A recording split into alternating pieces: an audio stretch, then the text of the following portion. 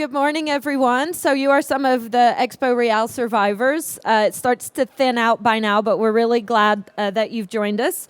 And I think you'll find it worthwhile because it's an interesting and kind of increasingly important aspect of real estate, but also of inward investment, economic development. Most cities, regions, and countries around the world have an aspiration to be hubs for innovation. Everyone is focused on R&D, technology, research, and of course, healthcare. And all of that fits into real estate because this is a sector, or these are business activities that have very, very clearly defined criteria for the space that they need. So it's really important that the locations around the world that aspire to be innovation hubs have appropriate facilities to attract these innovative activities. And this is really essentially what companies are looking for along with talent when they decide to invest and do innovative activity in places around the world. So we're very fortunate to have an expert on this topic, René Buck, who runs a firm called BCI Global, and he's going to talk us through innovation in science parks. What are the trends? What are the criteria? What are we seeing? And of course, how to succeed in developing such. So I'll hand over to René, and I'll ask him a few questions after, but I'll also invite you to maybe ask René some questions just to make the most of his expertise. Over to you. Okay, thank you, Courtney. I'm going to sit it. Yeah, good morning, everyone, and thank you very much for being here on the Friday morning. I had also the opportunity on the first morning of this event to have a talk about the trends in foreign direct investments. And typically, if I'm allowed to speak and present somewhere, I do that with a lot of slides. So for the Wednesday morning, I asked, when Richard invited me, is it 25 or 45 slides? And he said, no, it's no slides. It's that type of talk. So this is my revenge today, because I have 25 slides for you. Please come later on to me and give me your business card. We'll make sure that you get the presentation so that you don't have to make photos and pictures. It is an important topic, and it's also because we see that a lot of our corporate clients do it. So this is the agenda. I will give you a very quick background on BCI. Then talk a little bit about these words like ecosystems, clusters, areas of innovation. And I'm going to show you an example of how a client from us, a technology-driven company, made a location decision. So what is the framework they use? And hopefully that is also helpful for you to understand what is the way how we as a science innovation park, city, region have to prepare for these kind of companies. The market potential we see is that let's say we have various asset classes here at the EXPO Real, various elements. Sometimes there's growth in a certain part of the real estate value chain, sometimes not. Talk about positioning and marketing and some conclusions. Now, I think that a lot of you have known already or know BCI. It's a company which is already there since 1985, primarily focused on location advice. So we work for a lot of companies who want to locate their businesses anywhere in the world, because we grew the company also now with 4 offices in the US, an office in Singapore and Shanghai, to help companies to make the right location decision. So we call ourselves a global boutique, and that was also, and we were obviously proud on that, recognized by Forbes magazine, who made recently and also last year an overview of the best management consulting firms in the world, and on that list of 200 companies, we are proud to be there. These are companies where 2 things happen. They are continuously optimizing also their R&D strategy, because for many companies, the new products, the new processes, the new technologies, that's the money earner. So R&D is not just logistics, it's the bread and butter of the future of a company. And these are, by the way, also all clients of ours. Who ask us to perform location studies for R&D or advanced manufacturing plants in various parts of the world.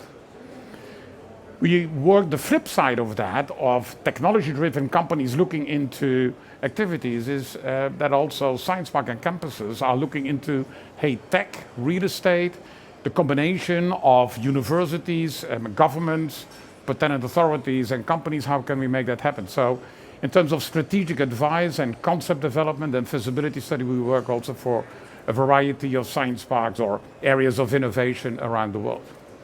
Now, why in a globalizing world does location matter? And I'm an economic geographer, so I would say if everybody would say to me, distance doesn't play a role anymore, I would be out of my, and I did 8 years over my academic degree, so that would then be for nothing.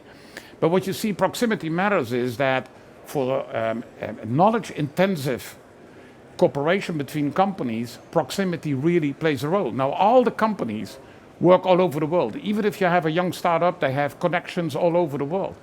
But the issue is that proximity, working jointly on new R&D, on innovation, on results, faster, smoother, cheaper, easier, then proximity matters. So what you see is that all over the world, we see valleys, we see clusters, we see science parks, technology parks, innovation campuses, innovation districts, whatever how you call them. But it's an interesting phenomena that distance really helps to accelerate innovation and the results. Now you have the typical science park campus where you have an anchor tenant, which is often the university or university medical center of a large technology institution, where R&D, high-tech driven companies are allowed to come there. And there is an important element, it's also that there is an active innovation ecosystem, so that it's not like at a regular office park company just near each other, but that there is an active interaction and often also an organization who tries to foster and accelerate that. Now, not going into detail into all these factors, but over the years we developed a framework of 10 factors where you say, well, these are the boxes you have to tick if you want to develop the science park. And obviously know-how and technology transfer and that there is an anchor tenant is an important element, but it's also about shared research facilities. It's also about talent because companies discover that, and we know now from international research, that for example, the growth of employment and also then square meters at Science Park is higher than the general areas where they are located. So it has an attraction which is for many companies interesting. So a science park has that function of accelerating innovation. It's for many companies the natural habitat to set up your R&D center, your test center, your technology hub. And that makes also these science parks interesting. And I know about 8 years ago at this EXPO Real, we did a presentation on science parks, which is a asset class at that point in time, not at all, you know, it was like awkward real estate. And now you see all over Europe, and by the way also in other geographies in the world, companies setting up science park, technology parks, really trying to benefit from the drive of companies to locate near each other to accelerate innovation success. Now you have these campuses, science parks, often typically related to universities or university medical centers. From the US via the UK, but now also on the continent, we have the concept of innovation district.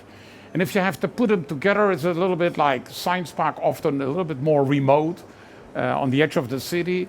Innovation districts more literally in the inner city of a mid-size or large town. So innovation district is a kind of new type of area of innovation. Not separately, far away, you have to take the car, but more in the city, but also multifunctional. A lot of science parks have just that activity of research, but if you come there in the evening at 8 o'clock, nothing happens. In innovation districts, I would say by definition, because it's into the city itself, is multifunctional. So you have people who have their housing there, there is education, there are bars and restaurants. So it's a completely different type of innovation environment. And the Brookings Institute, to develop that whole concept of innovation, it's a Washington, D.C. based think tank, they made a split in 3 types of assets. Economic assets, which is more the innovation DNA. It's more about food or high tech or medical technology, or is it more on biotech? It's about physical assets. It has to be an attractive area with interesting opportunities for startups and scale-ups. And it's networking. So how do you organize the community? And it's an important element because sometimes people think about science and technology parks, areas of innovation, really from a real estate perspective, but the success is in the hardware and the software. It's the combination which should make it happen. And this reason why this innovation district, these inner city innovation areas have become more of interest is also because the talent is city driven, right? The talent, young talent, wants to live in cities. That's where they find a vibrant environment for living and working together. So innovation districts are upcoming. It doesn't mean that they substitute science parks or technology parks, but it's more another option for companies to locate their R&D center, their knowledge-driven, knowledge-intensive activities. And the added value is quite high, we think. We see companies going in there because they say we can work together with like-minded people or people in the same type of industry or a crossover between various technologies and industry verticals. So it helps us to accelerate innovation. But also for cities and regions, it's interesting because you have a spot where companies are coming to, where also the number of companies and scale-ups, companies who go from startup to the next phase is growing. And we are at a real estate exhibition also for real estate investors. It's an interesting asset class. It's becoming more and more an interesting asset class because the ratios, the yields are quite favorable. If there is an ecosystem, that means also that every year new companies are being produced coming out of the university or people who start their own business. So what we see is that also real estate investors all over Europe are more and more getting interested in investing in science park and technology parks, while a number of years ago that would be out of the question. Now, the location decision of a tech company, and I have here an example of a software engineering center, and I will not go into all details, but it gives you a flavor of how we, in our corporate practice, advising companies where to locate their new center, look into always in three different categories: costs, everything you can express in currencies.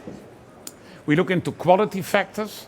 It's quality of the business environment. Think about talent and accessibility. I will show you the example in more detail. It's also about risk, right? It's about geopolitical risk, can be financial risk, currency volatility, can be corruption risk, these kind of natural disaster risk. So risks are also important. And I'll give you a simplified example of the software engineering center. So first you look into the cost. So suppose you have 10 locations where you look into what is the best location to locate our software engineering center.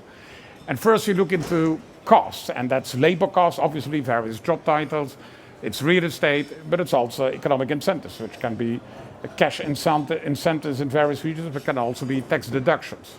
And you calculate that for 5 or 10 years for these 10 locations, and you have just an amount in euros or in dollars or in yen, what this software engineering center at these 10 locations, what is the total bill you pay for each and every location based on these factors. Then you look into quality of the business environment. Quality of the business environment is a weighted system where you first look into the weightings of the various factors. So it's 2 slides, talent availability, software talent, so more specifically what kind of software languages are mainly produced there, and what are the skill set of the people, labor regulations, language skills, and cultural compatibility, accessibility, IT reliability, quality of life. And this, go back. You see here the weightings, and that's what the client decides. Hey, the only rule we have, it should not add over the 100%. So what you look into, hey, what is for your center important? And you can imagine that for a software engineering center, that's something different than for a company in the life sciences and tissue engineering, just as an example. And all the 10 locations are based on good, solid, international comparable data, rated between 1 and 5. So 1 is poor, 5 is excellent. So with the weighting of the client and with that rating system based on these data, you get a total quality score for each of the 10 locations. And you can exactly see how it's being determined. And the risk factors is here an example also on political economic risk, exchange rate risk, natural disaster risk, and security risk. And that's also, let's say, with percentages looking into what is the weighting of that factor, depending on what you want to accomplish, and what is the score. And these 3 different types of activities lead to what we call the cost quality risk matrix. So you see here on top of the slide, you see low cost, which is advantages for a company, On the bottom, you see a risk 16, that's relatively expensive. You see that weighted quality score.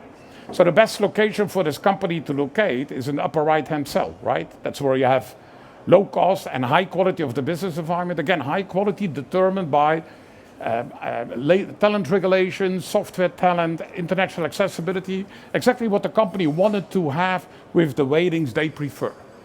And nobody wants to locate in the bottom left cell because that's where you have an unfavorable combination of high cost and low quality of the business environment. And you can add risk to that as well. And we could easily say, okay, well, we make a ranking for these 10 locations. You have cost is 50%, quality of the business environment 35%, and 15% is risk. But we love to show already for decades to companies that you have to make a trade-off, because the number of locations really in the upper right-hand cell where you have that fantastic combination of high quality of the business environment, low cost, low risk, that nearly doesn't exist. So for companies, you have to make the balance, you have to make the trade-off between cost, quality, and risk. And this methodology might be interesting for you if you are running or involved in setting up or running a science or technology park, saying, hey, if we would apply this methodology and we compare it with some other locations, how are we really doing? Are we more on the cost side a winner? Are we more on the quality of the business environment? Is that where we position? So positioning yourself can also help you in understanding where should you spend your marketing dollars or your marketing euros, but also what is the message you really would like to bring across. Now, if you think about market potential, we had during this expo, there were various panels on decentralization of production, companies relocating part of their production activities back from China, Asia to Europe. And that regionalization, is that also happening in R&D? Or is that only for production because you have these geopolitical tensions and these disrupted supply chains? And we believe that we will see in the future also a regionalization of R&D, so that more and more companies will set up regional R&D centers. So not having two large campuses, one in the US and one in Singapore, for example, but really on a region by region basis. So that also Europe, for many companies, gets its own regional R&D centers. And the reasons are that companies want to benefit from the technology bases in all these regions, from the talent bases in all these regions. They can de-risk their R&D efforts because sometimes you have R&D centers which have just become too big, and that is not, that's leading to more bureaucracy and to a delay in good results. So you see that companies also on the R&D side are looking to, should we not have a region for region R&D type of center? Doesn't mean that what you invent in Europe cannot be used in the US or in Japan or in other parts of the world. But it's more to take advantage of technology-based talent, mitigating risks which you have. That's also why we expect more regional R&D centers. So if you are involved in that, there is an interesting market potential in that respect. And the science and technology parks and the areas of innovation match a number of location requirements, which you saw in detail in that software engineering example, but you can see it also. Because typically in those centers you have that talent base, you can work together with renowned institutes, there is a talent base you can take advantage of. So a lot of science and technology parks, you can tick the boxes if you are running or involved in a science technology park. So there is a market, and typically as a science park you have something to offer. But now the question is, how do you get in touch with these companies? So if there is a market potential, and if typically a science and technology park or an innovation district can match the location requirements, how to do that? And this is a simple 4-step process, but it helps you perhaps, hopefully, to target your activities. And it's from looking into selecting technology niches, into develop a value proposition, then identify target companies and reach out. And let me quickly run you through these elements. Now, there are only a few places in the world who can say we are good in life sciences. There is no way that hundreds of cities and regions can say that. So you have to be selective. You have to take a deep dive. So, for example, if you take in life science, if you say here in your brochures and your presentation, yeah, we are good in life science, what do you mean? Do you mean diagnostics analytics? Do you mean implantable devices? Or is more the focus of your university and your startups in early drug discovery. So you have to make yourself small, which is typically what we don't do as marketeers, right? We say, yeah, we are in the center of the world, which is not that difficult to live around planet. But anyway, we are the center of the world and we have a lot to offer. But if you really want to do targeted marketing actions, you have to make yourself small. The same in cybersecurity. You have to make yourself small, focused, targeted. If you have done that, if you have decided, hey, we are really good in tissue engineering as an example, or in precision medicine, you develop a value proposition, which is not necessarily a book of 90 pages, but I would say a PowerPoint slide with 30 slides or so. But you have to look who's reading that. The persons who read that technology value proposition are in that phase not interested in the amenities of your city and that you have beautiful lakes around you, etc. The technology scouts who read that value proposition look into, hey, is there a talent base? What kind of R&D programs are running at the university? How many people graduate every year on that specific topic of, say, tissue engineering? So it's a dedicated, tailor-made, specific for your niche type, your technology niche selected activity. We say, okay, well, here now we have a proposition, a value proposition, which really helps the companies to not immediately delete our presentation, but to take a closer look, because that's the first step you need. Now, if you have developed that value proposition, you have to look into which companies are interested in that. And that is not only the blue chip, the large companies, but also smaller companies, startups. You can look into databases which show you which round of financing startups have given. You can look into patent applications. So you have to, there is no way that you can go to a database provider and say, yeah, I want to have all the companies which are now growing in tissue engineering. You don't get a good answer. So you have to develop that database for companies who might be of interest to you. And we can, by the way, support you on that, not by lead generation, but more, what are the companies to watch in that specific technology niche you are want to work on?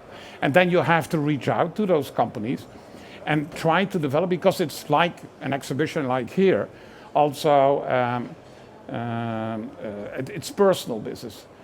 We worked last year for a company in blood therapy, and they had a large conference in Amsterdam, by the way, so we had a meeting with the client in my home country. And at that conference, that exhibition on companies who work on blood cancer, blood therapies, that was a conference with 6,000 attendees. So in that small area of blood therapies, that was where so many companies were interested to come for. So making yourself small is, in my opinion, and then focus and do targeted marketing. It's also a good way to avoid wasting money by having only beautiful booths and fantastic videos, but really make it more focused to what you want to achieve.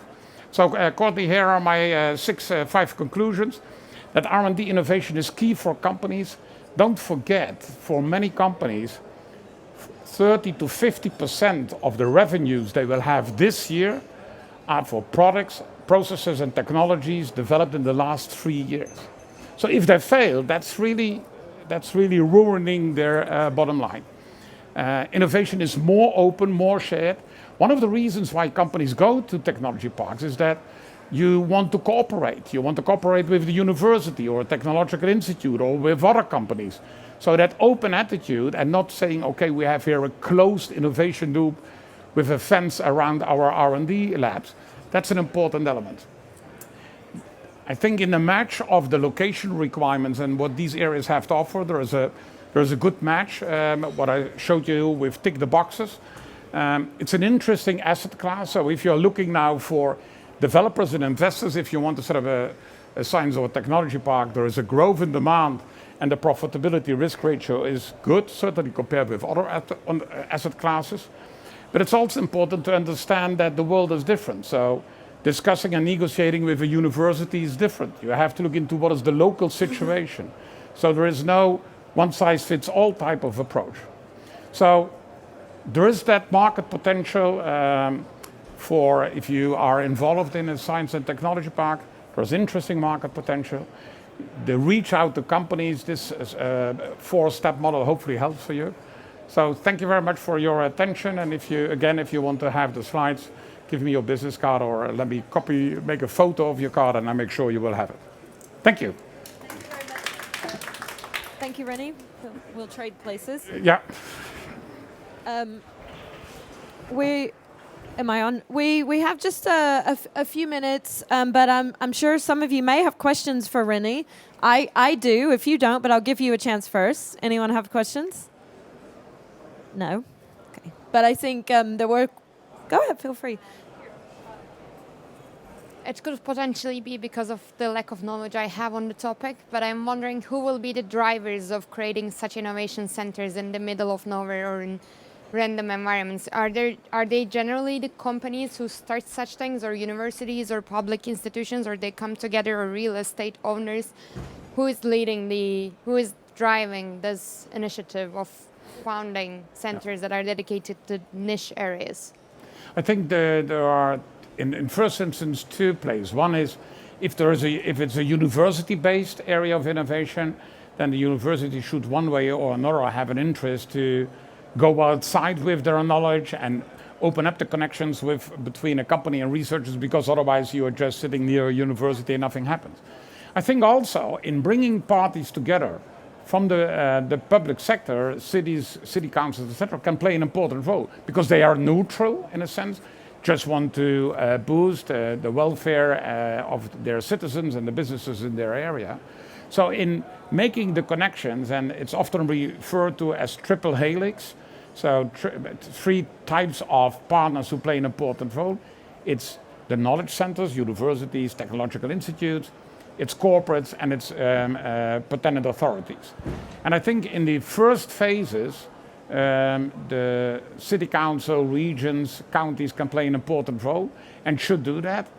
But after that initial phase, then the interaction between companies and these knowledge centers should lead to becoming a magnet. Because at the end of the day, a science and a technology park should be a magnet.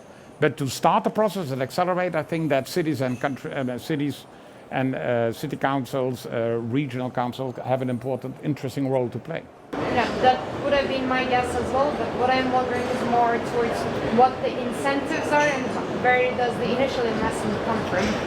I think for which, what is the incentives you mean, for companies or for the cities, and where the upfront investment comes from? Now, I think the advantage for the city is that you can attract, in certain fields, tech-driven companies, relatively high-paid jobs. Sometimes you have a diamond which grows like hell over time. You get known for this particular focused type of companies. So I think in terms of jobs, in what people spend in the city, it's also taking benefit of the university, the skill set, the capabilities of a university, to monetize that in the work of interesting companies in that area. So I think the interest of cities and regions to set up a science and technology parks is relatively high. I was 2 weeks ago speaking at the World Conference of the International Association of Science Parks, at a world conference, and then you see science park and technology parks from all over the world, let's say from Africa, from China, from Europe, and so on. I think the intention and the willingness of cities to set up a science and technology park is good, but understanding what is the role we have to play and in what phase we have to pull out, that's often not really understood. Yeah, thank you very much. I appreciate the answer. Hello, Alina Silagi from Romania. We do have a science and technological park based in Oradea on the western border of Romania. And the science and technological part was set up by the county council together with the university and of course with the local council. Mm-hmm. And my question, and let's say that our challenge at this point is, what is the profile type of the person who is actually running this science and technological park? Because it will not be myself, I'm doing something else. And if you have a profile, how that person should be, how should we choose that person? What type of knowledge does he need to have in order to really make this science and technological park a magnet, as you mentioned? Thank you. It's an excellent question. I will think on my way back whether I send in my resume, but Now, I think that, to be honest, that a CEO of a science and technology park should connect with companies in the sense that he or she really understands also the technology. So I don't think that and it depends a little bit on how it's organized, but I would not think about a typical real estate person who thinks in rents and services. I don't want to offend anybody here, but I think if you are sitting on a table with a startup in life sciences, then it's great if there is somebody there who understands biotechnology or chemical engineering instead of somebody who only thinks in terms of square meters, lab space, is it a wet lab or not. So I think the good ambassador of a science park, he or she knows also more about the technology or the technology niche where you really are trying to focus on. Thank you. Any other questions? If I can ask you a quick one, René, who has done this well, and are there examples you would point to, maybe beyond some of the obvious major hubs? I would say the best examples are obviously all the science park we have advised. But I think there are different ones. So we are here in Germany. I've been often in Berlin, Adlershof. I don't know whether somebody has seen that. In Berlin, it was a kind of neighborhood which was the typical old East Berlin, has really developed into kind of multifunctional innovation district, so with media, with universities, with housing, etc. There's also in the Netherlands a good example in Eindhoven, the high-tech campus, which was the former R&D center of Philips. I recall 20 years ago we worked there, and at that point in time, at that site, there were 12 companies with 2,500, and all the 12 companies were daughters of Philips, with 2,500 people. And if you go down there, they are now with 165 companies with 14,000 employees. Yeah, I visited that facility. It's pretty spectacular. It is really, and it has become that magnet. So the magnet in the beginning was Philips. And one of the small daughters they had these days is ASML, the well-known company producing chip machines. And at that point in time, by the way, Philips thought that was not an interesting business, so they spin off ASML, and now Philips is diminishing every quarter, and ASML is going through the roof every quarter. So, but it's working on that magnet, and I think what they did well there was really looking. Philips had the philosophy. When you went 20 years ago to that park, it was like going to another country. You had to show your passport. There were fences around the whole park. And if you go now there and you want to take lunch on a Sunday afternoon with your mother-in-law, you can just go into the park. And so it's really open also to the public.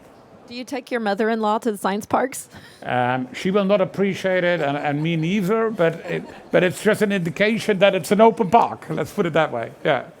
Thanks very much. Any last chance to ask René any questions? No. Okay. I think we'll conclude there. Thank you so much. That was very valuable. And as René kindly offered, if you would like a copy of the presentation, we'd be happy to share it with you. Please, a round of applause. Thank you. And I should point out what's coming up next on the program. We're not quite finished with EXPO Real or the program here. Coming up at 11:30 is a young leaders session. I don't meet the age criteria, so I'm leaving, and we will hand that over to younger people. And then for those of you still hanging around is a survivor's lunch. So thank you for those who've joined us for this session and others. Thanks for those who tuned in virtually, and have a good rest of the show for the hours that remain. Thank you.